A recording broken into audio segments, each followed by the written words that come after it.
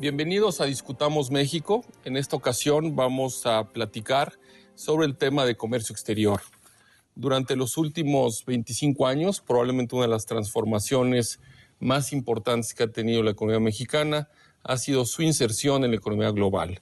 Primero, como un proceso de apertura unilateral en la segunda mitad de los años 80 y luego más recientemente a través de una política de negociaciones comerciales muy ambiciosas que nos han permitido tener una red de tratados de libre comercio. El comercio exterior de México ha crecido mucho en estos años, pero evidentemente hay otros retos que la economía mexicana sigue enfrentando.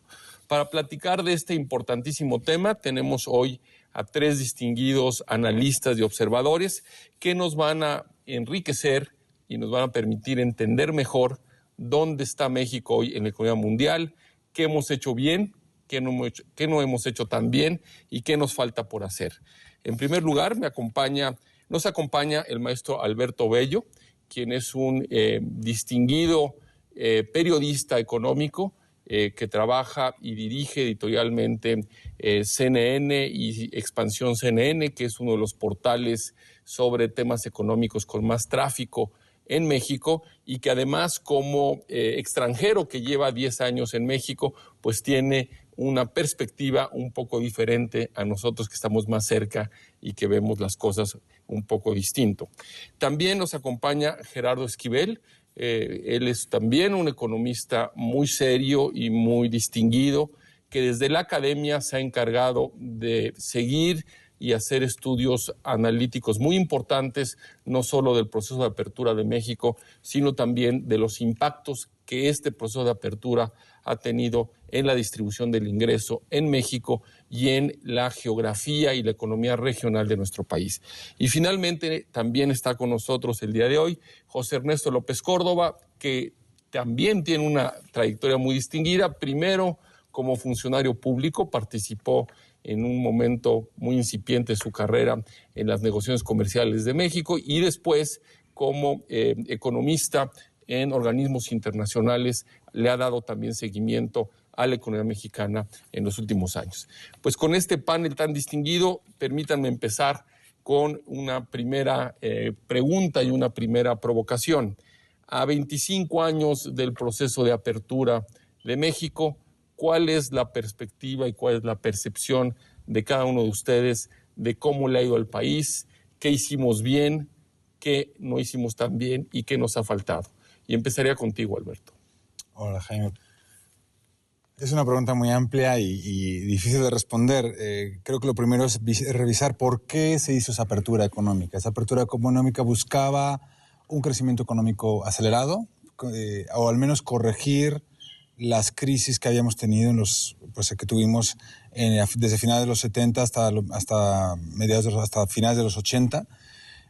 Promover el desarrollo, promover la competitividad, romper el cierre que tenía México como economía, que impedía innovación, que impedía entrar a los mercados exteriores.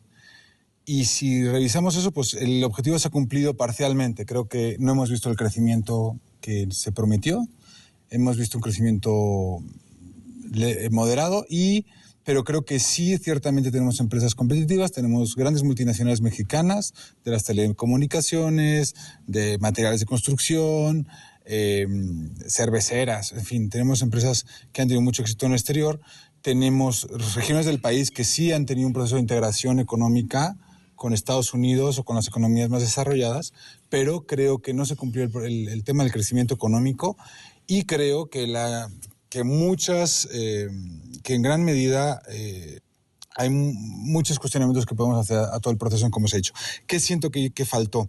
Creo que hubo un problema que es como un Deus ex machina, que llevó a una crisis en el 95 que hizo que todo el proceso de apertura mayor, que yo creo que empieza el 1 de enero del 94 con la entrada en vigor del Tratado de Libre Comercio, pues una crisis económica como la del 95, con todas las empresas sobreendeudadas y el Estado mexicano sobreendeudado, evidentemente fue un obstáculo que hace difícil el análisis. O sea, si quitamos la crisis del 95, ¿qué hubiera pasado? No sabemos qué hubiera pasado. Pero esa crisis del 95 pues, dificultó muchísimo todo el proceso, porque los acuerdos llevaron a una apertura, una reducción de aranceles y a una apertura independientemente de que las empresas estuvieran preparadas o no financieramente después de la crisis. Y sobre todo ante el segundo gran evento, que el primero creo que fue la crisis del 95 que detiene este proceso, y el segundo gran evento que creo que no calculamos debidamente a la hora de hacer el proceso de apertura, que es la entrada de China en el comercio internacional a partir de 2001, con la firma concentrada la Organización Mundial de Comercio, que deja que este país en el que teníamos un sistema que venía de estar muy cerrado y que no era competitivo, un sistema productivo que no estaba preparado para competir al nivel... yo creo que no estamos preparados para competir realmente, hablando con las empresas, eso es lo que percibo. Y luego entra China con una mano de obra muy barata, unos procesos de manufactura que ha ido mejorando aceleradamente año con año. Progresivamente nos ha ido sacando de mercados en Estados Unidos que eran claves para nosotros. Entonces, el proceso de apertura, pues realmente con esos dos grandes eventos, la crisis del 95 y la entrada de China a la OMC, creo que no nos entregó, no tuvo el delivery, no tuvo la capacidad de traer el crecimiento económico que debido. Ernesto, a ver, yo creo que tú podrías complementar bien un poco lo que nos acaba de decir Alberto. Sí, bueno, primero quisiera señalar que me parece que el giro que ha dado la economía mexicana hacia el exterior es bastante notable y al menos visto desde el punto de vista del volumen de las exportaciones y cómo han venido creciendo, ha sido bastante exitoso. Si uno mira la participación de México en el comercio internacional, en los años 60 y lo compara con lo que vemos en la década en la presente década, vemos que México ha desplazado en cuanto a su desempeño exportador a otros países. México en los años 60 representaba el 10% de las exportaciones de América Latina.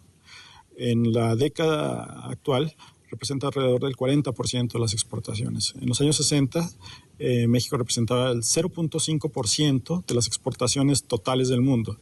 Hoy representa alrededor del 2%. Como referencia, si vemos a Brasil, por ejemplo, en los años 60 representaba el 15% de las exportaciones de América Latina, 5 puntos porcentuales más que México.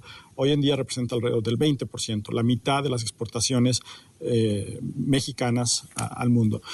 Pero habiendo dicho esto, yo creo que es también importante señalar que los beneficios que ha traído consigo la apertura han estado distribuidos de manera desigual, tanto en regiones como en grupos socioeconómicos. Además del incremento notable de las exportaciones mexicanas, lo que tenemos en las últimas 2 décadas es un cambio importante en la composición de las exportaciones, no solo de pasar de ser un exportador de hidrocarburos a ser un exportador mayoritariamente de manufacturas, sino que dentro de las mismas exportaciones manufactureras tenemos un mayor peso de productos o industrias con mayor sofisticación tecnológica, con mayor valor agregado.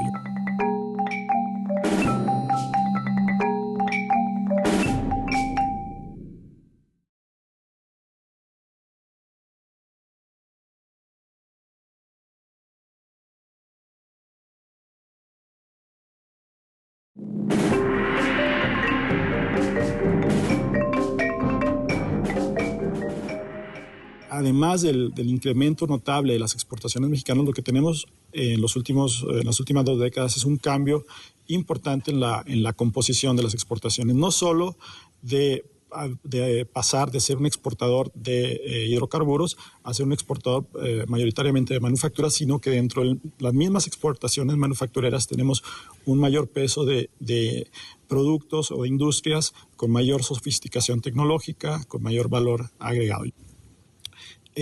Asimismo, la apertura ha tenido un efecto positivo en la evolución de la productividad de las empresas del país y de las industrias que están más vinculadas con los mercados del exterior. Mi opinión es que en términos distributivos, la apertura también ha tenido efectos positivos.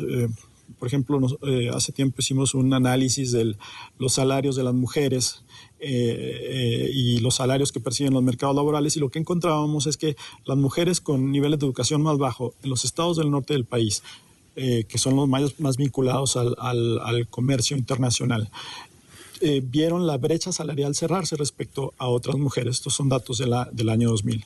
Es decir, los estados que se han insertado en los mercados internacionales, los estados más globalizados del país, por decirlo de alguna manera, han tenido un mejor desempeño en cuanto a la distribución del ingreso.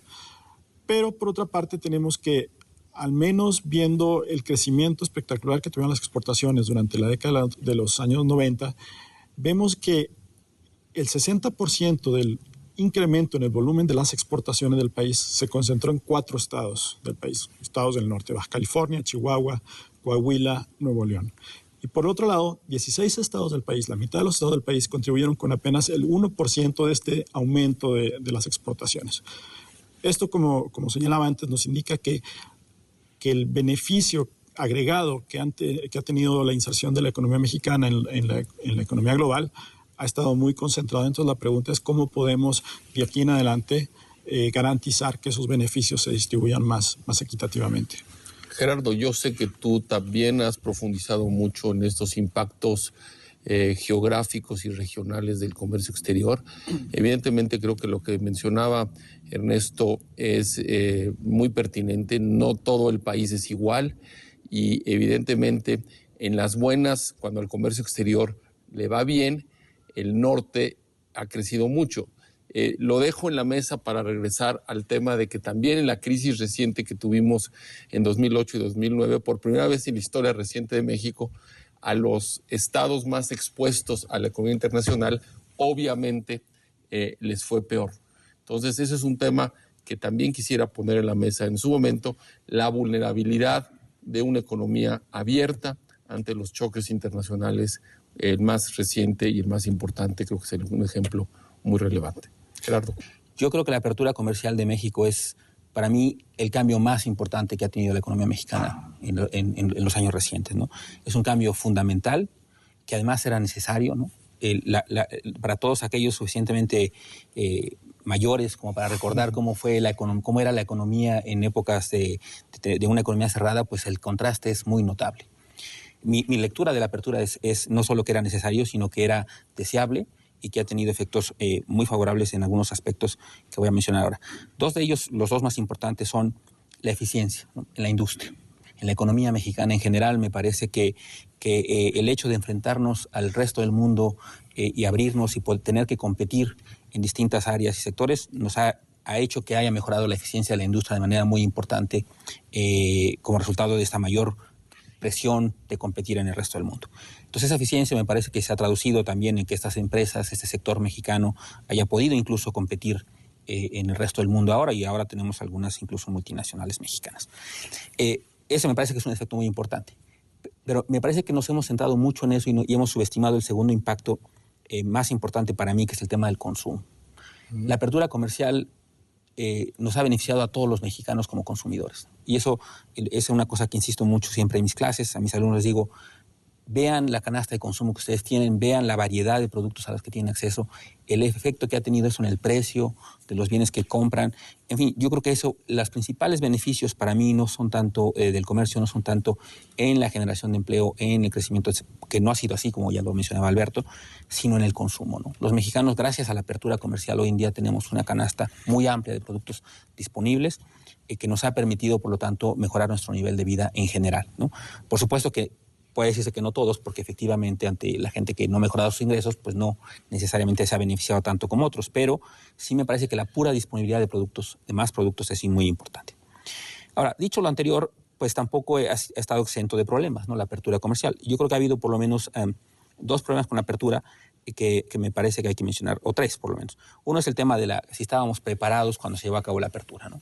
Quizá no, quizá se hizo de manera muy abrupta, pero también hay que reconocer que no había muchas opciones, ¿no? Uh-huh. Estaba en un momento de crisis impresionante en la mitad de los 80s, quizá no había mucho más que hacer, pero, digamos, quizá de nuevo no fue el mejor momento, se había planteado una apertura previa que quizás si se hubiera dado en su momento hubiera sido mejor, ¿no? Un segundo tema de la política de comercio exterior que me parece que no ha sido lo deseable es que le hemos apostado quizá demasiado a tratados comerciales, ¿no? Y eso quizá lo podemos retomar más adelante. Creo que el tratado más importante para nosotros, sin duda, fue el Telecán, seguido quizá del de la Unión Europea, pero fuera de eso, los otros tratados, por razones de otros aspectos, no han sido tan beneficiosos para el país, ¿no? No digo que han sido perjudiciales, pero quizá su beneficio es marginal. Y quizá nos hemos dedicado mucho a eso y le hemos dedicado muchos recursos y quizá no haya sido necesariamente lo idóneo. Y el tercer tema que está vinculado con por qué este segundo aspecto no ha sido tan benéfico es que en realidad digamos, la política de comercio exterior pues, no es lo único, ¿no? Hay otras cosas que no hemos hecho, ¿no?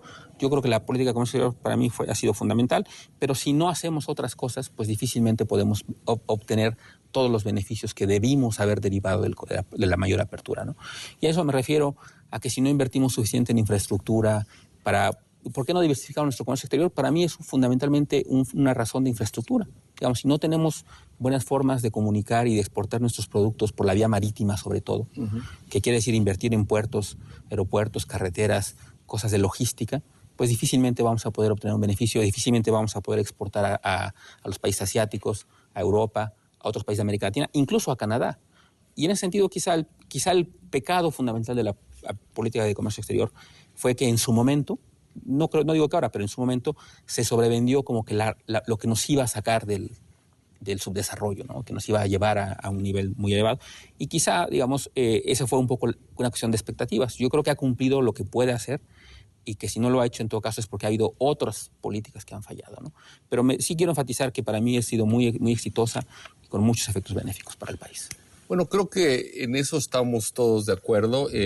Creo que sí se abren un par de preguntas muy relevantes. Como yo decía hace unos minutos, la crisis económica que atravesó todo el mundo puso en evidencia probablemente como nunca y como muy pocos observadores, sí hubo un par de ellos que se atrevieron a adelantarlo, pero como muy pocos observadores se habían atrevido a aventurar lo que podría pasar en una crisis global como la que vivimos. Y uno de los impactos que hemos visto en 2008 y 2009 es que los sectores que tradicionalmente eran los que nos habían sacado de las crisis, sobre todo las crisis que hacíamos nosotros, como la de 94-95, que era el sector exportador y en general los sectores receptores de divisas, como el turismo, remesas e inversión extranjera, hoy fueron los canales de transmisión de la crisis. Entonces, una primera pregunta es, ¿eso es una llamada de atención de los riesgos de tratar de participar en una economía mundial y es mejor volverse a cerrar?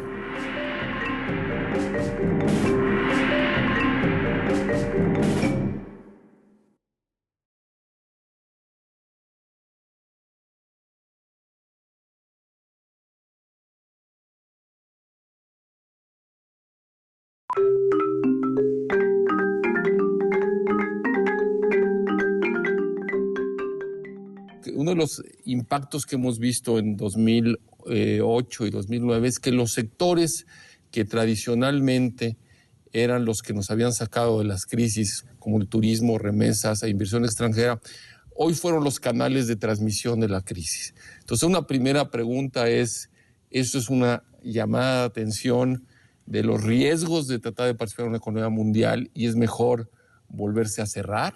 Porque de hecho a las economías que les fue menos mal en la crisis fueron las economías, por evidentes razones, pues más protegidas y menos vinculadas al comercio exterior. ¿Hay una lección que rescatar de allí? ¿O hay que asumir que son los riesgos de participar en una economía global y que lo único que tenemos que preocuparnos es por tener instituciones económicas y financieras sólidas y probablemente una regulación más exitosa? Ese es un primer tema. Y el otro tema que también me gustaría abordar es ¿qué sigue? ¿Qué sigue para México en términos de su inserción en la economía mundial? Y creo que son dos preguntas que están relacionadas. Y empezaría, pues, ahora por ti, Gerardo, ¿cómo lo ves? Bueno, el tema de la globalización, o si debe ser menos globalización, yo creo que no. Yo creo que sería la elección incorrecta. Yo creo que es cierto que las economías más cerradas, incluso no solo las economías, sino incluso al interior del propio país, los estados menos insertados o que participan menos en las relaciones con el resto del mundo fueron los que menos les pegó la crisis. Los estados del sureste del país, en términos de empleo incluso, uno puede ver que crecieron en medio de la crisis, lo cual es sorprendente, pero es precisamente porque están menos afectados por el comercio exterior. Pero me parece que esa era la lección incorrecta, porque hubo algunos otros países, también algunos de ellos muy abiertos, que no sufrieron tanto como México. Y yo creo que el problema entonces no es la apertura al resto del mundo, no solo comercial, sino de inversión, etcétera, sino la falta de diversificación. Yo creo que ese es el principal problema del caso de México. Entonces, ahora, perdón que te interrumpa, ¿es realista pensar que podemos diversificar nuestro comercio geográficamente, dada la fuerza de gravitación de la cercanía con Estados Unidos? Yo creo que tenemos un cierto margen de diversificar, digamos, porque, digamos, no creo en los destinos geográficos, es decir, que estemos, digamos, este viejo adagio tan lejos de Dios y tan cerca de Estados Unidos que nos pegaría en la crisis, ¿no? Yo creo que hay formas, hay márgenes, como decía antes, si invirtiéramos en una infraestructura que estuviera más orientada al exterior, que pudiera venderle a otros países, porque somos competitivos, digo, somos capaces de venderle automóviles, productos electrónicos, etcétera, a la economía más poderosa del mundo. No veo por qué no podríamos hacer lo mismo con otros países. Y yo creo que en parte tiene que ver con que nuestros costos de logística y transporte son muy elevados. Y si no abatimos eso, difícilmente podemos diversificar nuestro comercio. Recordemos que alrededor del 80% de nuestro comercio, grosso modo, está vinculado con Estados Unidos. Sí creo que se podría ayudar a diversificar un poco, y sí me parece que eso hubiera ayudado quizá a que el impacto fuera menos fuerte. Entonces mi lección, creo que sería incorrecto pensar en que menos globalización sería lo deseable. Sí hay que tomar algunas precauciones y sí hay que tener en consideración los impactos que va a tener el que estemos más expuestos. Creo que aquí se subestimó eso, ¿no? También en las respuestas de política, cuando se pensaba que estábamos desacoplados de la economía norteamericana, es decir, que si pegaba la crisis en Estados Unidos no nos iba a pegar tanto a nosotros, pues fue simplemente un mal diagnóstico, que me parece que no se justificaba a la luz de lo que uno puede observar en la integración económica de México y Estados Unidos. No sé, en ese aspecto creo que menos globalización no es la respuesta. En todo caso, a tratar de en el futuro diversificar y minimizar costos hacia adelante. Ahora, antes de seguir con la segunda, me gustaría el tema de la diversificación, oír la opinión del resto de la mesa. Yo en particular, a lo mejor me atrevería a disentir de ti. Creo que sí hay que hacer esfuerzos por diversificar, pero yo sí soy un poco más determinista geográficamente. Creo que la fuerza de atracción de la economía mexicana y estadounidense y canadiense es muy alta. Y evidentemente creo que también hay que hacer un esfuerzo de que la economía interna sea más sólida para no depender tanto de un choque externo, pero que difícilmente podemos hacer esfuerzos mucho más serios para que las participaciones del comercio cambien sustancialmente. Y un poco el argumento de la cercanía, ¿qué tanto pesa en términos de una integración? Bueno, yo sí creo que la situación geográfica de México sin duda es uno de los grandes conductores de la estructura de nuestro comercio exterior. Yo creo que de alguna manera el que tengamos una frontera de 3,000 kilómetros con la economía más grande del mundo, pues explica en muy buena medida nuestra orientación exportadora. Yo quizá enfatizaría más la diversificación de nuestra oferta exportadora, independientemente de su destino. Y aquí es donde quizá valga la pena resaltar algunas de las tareas pendientes que tenemos en cuanto al manejo de la política comercial. Antes de tareas pendientes, me gustaría oír la opinión de Alberto, que está cerca de las empresas mexicanas, y si él percibe que las empresas mexicanas tienen el radar, por decirlo de alguna manera, otros mercados que no es el mercado americano. Porque creo y temo, y Alberto corrígeme si no es el caso, que en muchos casos también hay una como especialización geográfica. Y sobre todo las multinacionales dicen, bueno, para el mercado de América del Norte, yo me posiciono en México. Y si quiero atender el mercado de Asia, voy e invierto en Taiwán, o invierto en Japón, o invierto en China. Entonces, que también hay una como inevitabilidad de la regionalización de una economía global, porque muchos productos tienen que estar cerca, sobre todo cuando los productos se vuelven de un consumo masivo, pues hay grandes escalas, economías de escala de estar cerca del mercado. Entonces, los automóviles que nosotros producimos, pues van para el mercado norteamericano, porque el mercado chino, que es muy atractivo, pues ya tiene las plantas cerca. Entonces, no sé si ¿qué sientes tú de las... En mi experiencia es que hablas con una empresa y está pensando en Estados Unidos, en un mercado concreto además de Estados Unidos, muchas veces yo estoy vendiendo en California y me va muy bien, o yo estoy vendiendo en el este. Creo que cuando les hablas de Europa o de Brasil se les complica mucho. Es más, cuando la Secretaría de Economía empezó sus negociaciones para el Tratado de Libre Comercio con Brasil, yo lo único que escuché es un terror absoluto. absoluto. Es decir, no, ¿para qué? Que no toquemos eso. O sea, sabemos por qué quieren ellos estar aquí, quieren estar ellos quieren un tratado de libre comercio con nosotros para acercarse a Estados Unidos.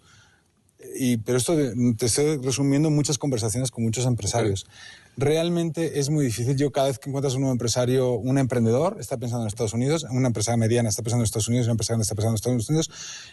Yo ya me cansé de hacer el típico reportaje cada año de por qué no funciona el acuerdo con Europa, por qué Europa les exportamos tan poco. Yo te tendría que interrumpir en otro foro para decirte por qué sí funciona, pero fines de eso. No, porque sí funciona. Cumple su papel, pero no es ese papel que esperábamos de que vamos a exportar muchísimo a Europa. Sí funciona, evidentemente, y los que exportan limones a Europa les va muy bien y todo esto.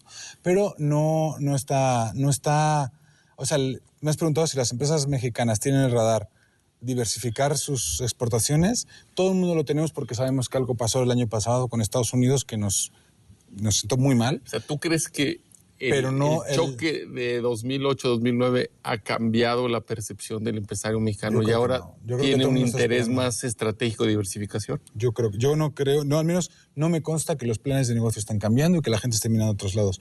Yo creo que qué bueno que están recuperándose en Estados Unidos rápido y están viniendo para allá. Al menos eso es lo que yo percibo en mis conversaciones. Me parece muy importante el tema de la diversificación de la oferta exportadora.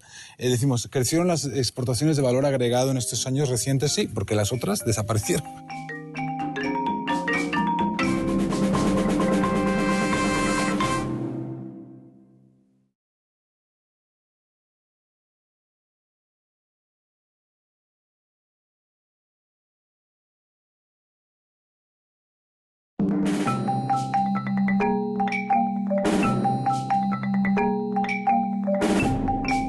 Me parece muy importante el tema de la diversificación de la oferta exportadora.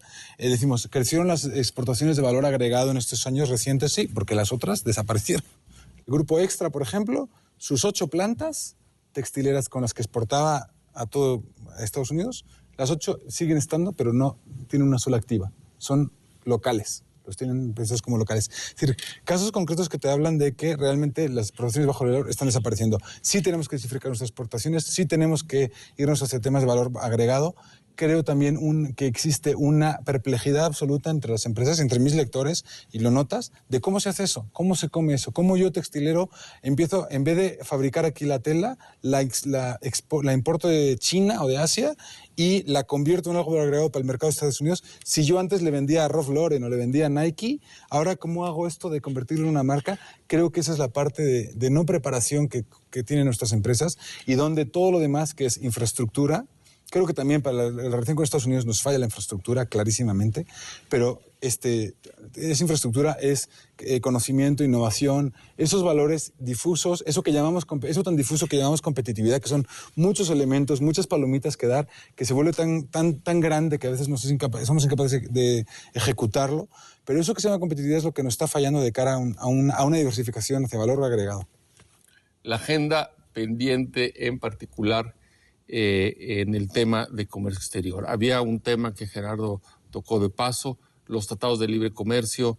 ¿Qué tanto el país debe seguirse abriendo? Es un país que efectivamente ha hecho un gran esfuerzo de liberación, de apertura, pero también es cierto que hay sectores de industrias que con respecto a ciertos países siguen estando muy protegidas. ¿Tiene sentido seguirse abriendo? Si hay que seguir abriendo, ¿cuál es la mejor manera de hacerlo? Unilateralmente, como se hizo en los 80, esperando una ronda de negociación multilateral que seguramente no va a pasar en el corto plazo, por lo menos esa es mi perspectiva.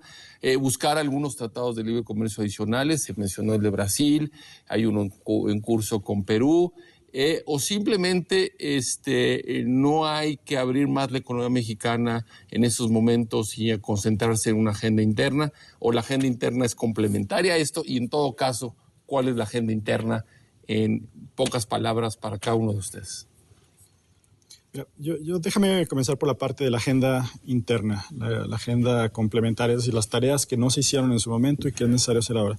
Y aquí yo creo que sería útil que diéramos un paso atrás y recordáramos qué es lo que nos dice la teoría económica respaldada por muchos estudios sobre por qué el comercio exterior, el comercio internacional es benéfico, puede ser benéfico para el crecimiento.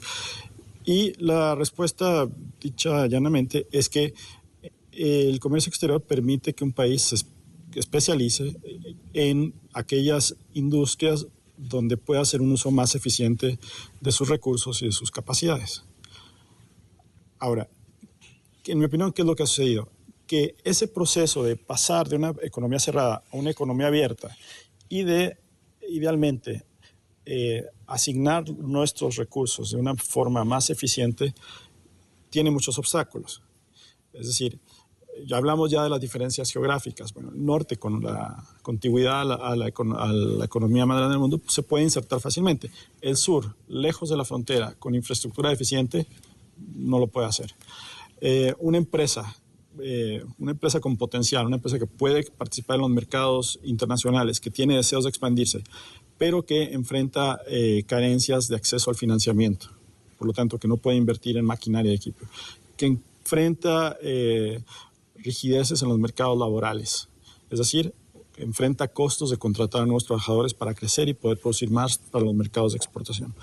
Un campo que, con el potencial de exportar en ciertas áreas, por ejemplo, en hortalizas al mercado de Estados Unidos, pero que sin embargo enfrenta de nuevo problemas de acceso al financiamiento, problemas de tecnología, falta de conocimiento para cumplir con las barreras técnicas al comercio para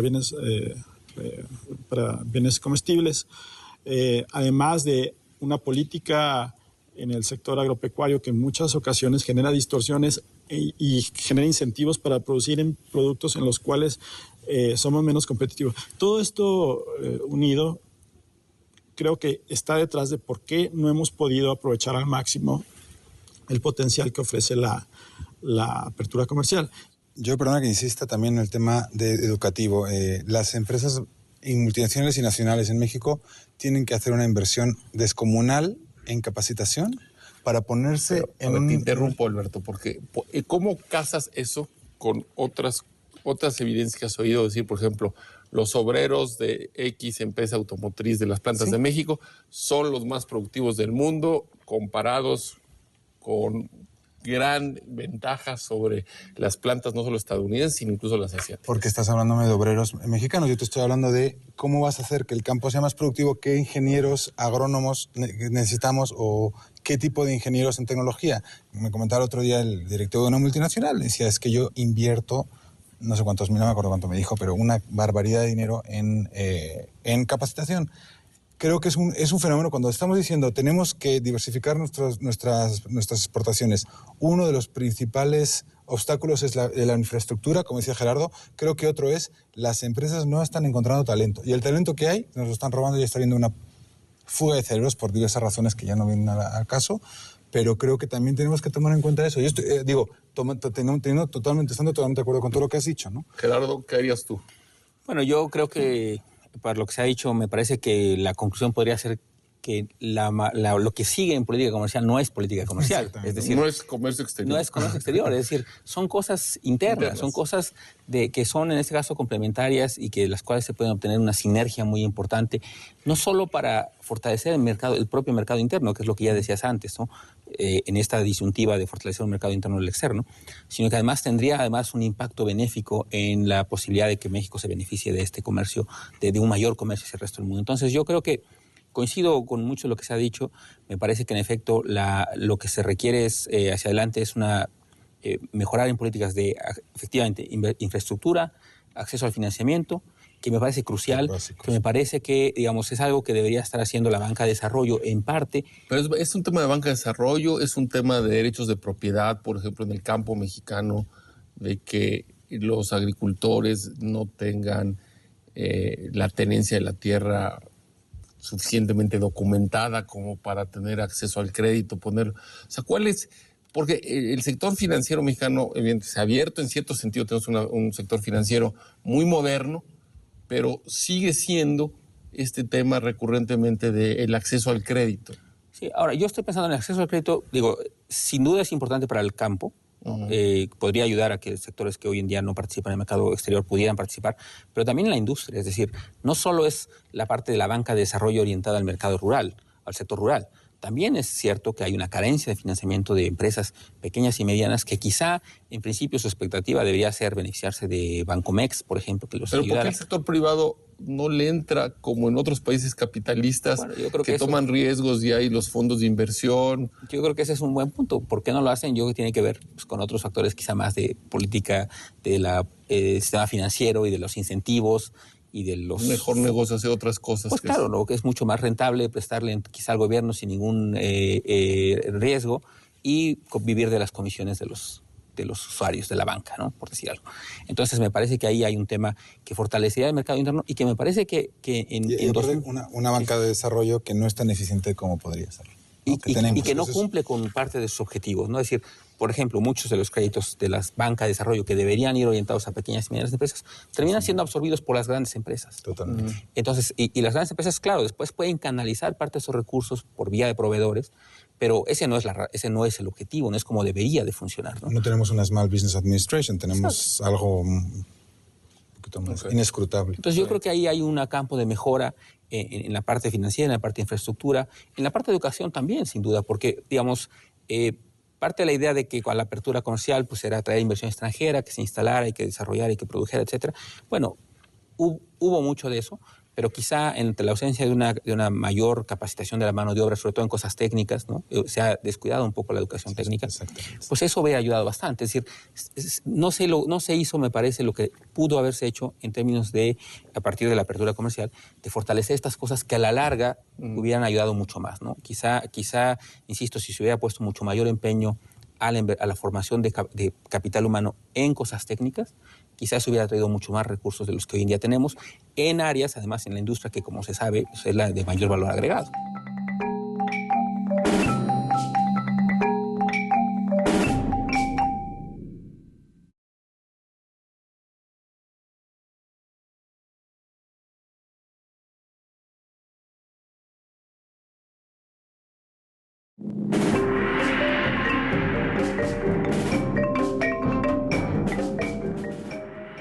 No se hizo, me parece, lo que pudo haberse hecho en términos de, a partir de la apertura comercial, de fortalecer estas cosas que a la larga hubieran ayudado mucho más, ¿no? Quizá, insisto, si se hubiera puesto mucho mayor empeño a la formación de capital humano en cosas técnicas, quizás hubiera traído mucho más recursos de los que hoy en día tenemos, en áreas, además en la industria que, como se sabe, es la de mayor valor agregado, ¿no?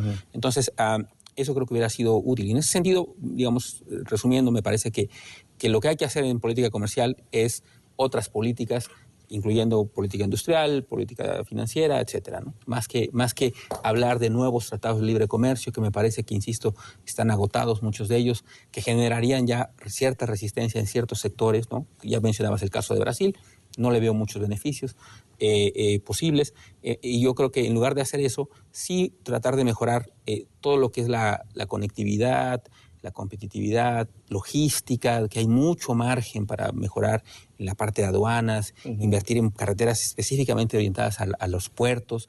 Digo, cualquiera que haya ido a Manzanillo se habrá dado cuenta de que es uno de los pocos que maneja contenedores, ¿no? Y dentro de eso, pues uno ve el tren que conecta a Manzanillo, pues es de época del Porfiriato, ¿no? Entonces, digamos, ahí son las cosas donde hay mucho margen, me parece, para mejorar y que hasta cierto punto podrían ayudarnos a que el comercio exterior tuviera un impacto más benéfico para la economía mexicana. Bueno, entonces yo desprendo de esa intervención, de esas intervenciones, además coincido plenamente que el peso de la agenda pendiente en México es la agenda interna de reformas estructurales, de infraestructura, de mercados laborales, de más competencia en algunos sectores de servicios que siguen teniendo barreras a la entrada importantes. Pero déjenme regresar un poco al tema de esta mesa, que es el tema del comercio exterior, porque una vez más creo que de la crisis y de las dificultades que hemos vivido en 2007, 2008 y 2009, pues salen algunas cosas que me gustaría oír la opinión de ustedes y que compartan su punto de vista con el auditorio. Es, por ejemplo, la crisis del modelo pues, más ambicioso de integración que se había o que se ha adoptado en la economía mundial, y a lo mejor podemos aprovechar la presencia de Alberto, que pues vino de España hace algunos años, que es el modelo europeo, que hasta hace unos meses todavía algunos observadores decían, bueno, pues México, ¿por qué no hace lo mismo en América del Norte? ¿Por qué no nos movemos a un mercado común, a una unión monetaria? ¿Hay alguna lección rescatable para México y para las políticas en este siglo en términos de la crisis europea actual, la crisis del euro. ¿Qué sacarían ustedes como conclusiones? Yo tengo las mías, ahorita se las voy a decir, pero me gustaría oír su opinión también para empezar a cerrar esta mesa y un poco concluir con los retos y las oportunidades de los sectores externos de la economía mexicana. Yo creo... Alberto, tú como... Mira, yo como español y como mexicano, yo creo que ese argumento de Europa es más bien para Estados Unidos. ¿Por qué no asociarse a gente como nosotros, a los mexicanos, ¿no? Es decir, no, mira lo que pasó ahí, que los griegos y los italianos y los españoles, mira lo que hicieron. Creo que la lección es la misma que aprendimos nosotros durante los últimos 30 años, que es que no hay que gastar más de lo que tienes y que hay que tener cuidado con los mercados rígidos, porque cuando tienes un estado de bienestar muy caro y tu economía se cae, el crecimiento se cae, tus ingresos fiscales se caen y te pasa lo que le está pasando a España. Es decir, falta de flexibilidad y que pues eso arrastra el bloque, ¿no? Pero creo que realmente lo que está pasando en Europa es una crisis fiscal que viene de no tomar las medidas que tenían que tomar, ¿no? En el caso griego, además, cocinaban los libros, mentían, nadie llegaba a los objetivos. Claro que lo que pasó en Europa ha sido una falta de disciplina por parte de los países del sur. Creo que esa lección ya la aprendimos en México, ¿no? Bueno, yo creo que aquí, para efectos de análisis, es útil comparar la política de integración en Europa con lo que es un mercado como el de Estados Unidos plenamente integrado. Yo creo que a diferencia de Estados Unidos, que bueno, al igual de Europa, hay una moneda común, el dólar, el euro en Europa, pero en Estados Unidos también las políticas fiscales no están descentralizadas. Tú tienes en Europa una unión monetaria, por un lado, y políticas fiscales nacionales por el otro. Y como señalabas tú, a veces los compromisos de disciplina fiscal que existen en la Unión Europea no se respetaron, incluso se cuestionaron los libros, y entonces esto genera una tensión entre las dos. Además, lo que tienes también en Estados Unidos, que en Europa funciona de manera imperfecta, es una mayor movilidad de la fuerza laboral. Muy elevada en Estados Unidos, limitada en Europa, quizá por cuestiones culturales, cuestiones de idioma, pero que ante choques que afectan a una parte de la Unión ampliamente entendida, pues tienen la válvula de escape de emigrar a una región que no sea afectada. Y en Europa ese mecanismo funciona de manera más imperfecta. Ahora, en cuanto a las lecciones para México, bueno, aquí yo creo que en estos momentos, dado la severidad de la crisis que se está viviendo en Europa, obviamente yo creo que nadie en su sano juicio propondría una integración de ese tipo. Yo creo que en estos momentos aún hay tareas pendientes en cuanto a la política comercial mexicana. Pero yo me preguntaría cuánto cayó la economía mexicana el año pasado y cuánto va a caer la española este año. O sea, no sé quién está peor, ¿no? Digo, no sé si comparamos los modelos de integración, nosotros tenemos todas las de perder en todos los casos, ¿no? Bueno, digo, es como ya, perdón, un poquito exagerado, ¿no? A ver, Gerardo. Bueno, yo creo que la principal lección de la crisis europea no es de comercio exterior o integración. Yo creo que, digamos, la principal lección es que hay cosas básicas que no se pueden desatender, que es la disciplina fiscal, en la cuyo caso fue violado claramente por algunos países europeos, en particular por Grecia, y el tema de la regulación, ¿no? Que es el tema que también fue el que inició la crisis en Estados Unidos y que tiene que ver quizá con lo que pasó en España, por ejemplo, ¿no? Quizá en la parte inmobiliaria. En fin. Entonces, me parece que son cosas más fundamentales. Ahora, es cierto que el esquema de integración no ayudó. No ayudó el hecho de tener un esquema que en una parte es único, como la política monetaria, que nada más no solo es único, sino que es muy estricto, ¿no? Porque básicamente es la política alemana, ¿no? que se impone y que combate la inflación muy estricta, y que en su momento, de hecho, cuando ya estaba la crisis en pleno, el banco alemán incluso propuso aumentar la tasa de interés, ¿no? Entonces, bueno, lo aumentó, de hecho, poco, pero lo aumentó. Y, por otra parte, una política fiscal descentralizada, donde cada quien hacía lo que quería y que, de hecho, no hubo forma de ponerse de acuerdo. Recordemos cómo en la mitad de la crisis se reunieron los presidentes y no se pudieron poner de acuerdo en un plan fiscal. Entonces, yo creo que sí es parte del problema de la integración, es ese, ¿no? Es que la integración quizá el diseño institucional que tuvo el caso de Europa no fue el más apropiado, o no es el más apropiado, sobre todo para una condición de crisis como esta, ¿no? Quizá no se había visto antes porque no habían pasado por una cosa como esta situación. Sí, yo creo que a lo mejor la manera de ponerlo muy, muy trivial y un poco para empezar a cerrar la discusión y a lo mejor tratar de extraer algunas lecciones es primero, por poner de alguna manera, pues que el proceso de integración europea fue como una integración medio a la mitad, como semi-embarazo, y eso no existe en el sentido de que primero hay una falta de congruencia entre una política fiscal descentralizada y una política monetaria centralizada. Dos, que por más ambicioso, y probablemente es una lección que sí creo que es rescatable a México, por más ambicioso que sea un proceso de integración, eso no te salva de hacer tus tareas internas. Totalmente. Y tener tus disciplinas internas. Y por más que te pueda ayudar a ser parte de una familia más extensa, como fue la familia europea, eso te puede ayudar a que te baje los costos de financiamiento y a lo mejor a prolongar el estadio de la crisis. Pero al final, cada país tiene que hacer su trabajo, tiene que hacer su chamba, tiene que tener su casa en orden. Y lo que sucede es que en unas economías abiertas esto se ve más rápidamente y se propaga más fácilmente. Pero en fin, lo que yo sí creo es que esta mesa por lo menos podría aventurarse a hacer la siguiente pronóstico, que la economía global va a seguir creciendo, que va a haber algunos chipotes en el camino de los procesos de integración, pero que para poder aprovechar eso plenamente y para que el sector externo no sea la única fuente de crecimiento en México, sino que siga siendo una fuente importante, pero con más derramas a la economía interna, sobre todo a otras regiones que han estado marginadas, pues tenemos mucho que hacer en lo que serían las reformas internas en México, ¿no? Yo creo que eso recogería la lección de esta mesa y esperemos que pues así se tenga en cuenta. Totalmente. Muchísimas gracias y pues con esto despedimos esta sesión de Discutamos México. Muchas gracias.